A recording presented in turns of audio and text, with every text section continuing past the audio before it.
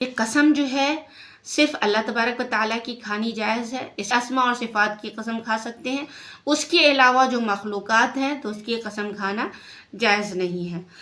نبی صلی اللہ علیہ وسلم کے نام کی قسم اٹھانا جائز نہیں ہے، اسی طرح سے کعبہ کی قسم اٹھانا بھی جائز نہیں، اس لیے کہ یہ دونوں مخلوق ہے۔ اسی طرح سے اپنے نام اور اپنے شرف کی بھی قسم کھانا جائز نہیں ہے۔ نبی صلی اللہ علیہ وسلم کی حدیث ہے، آپ کا فرمان ہے، ترمذی کی روایت ہے، من حلف بغیر اللہ فقد کفر او اشرک، جس نے اللہ کے علاوہ کی قسم کھائی تو اس نے کفر کیا یا شرک کیا۔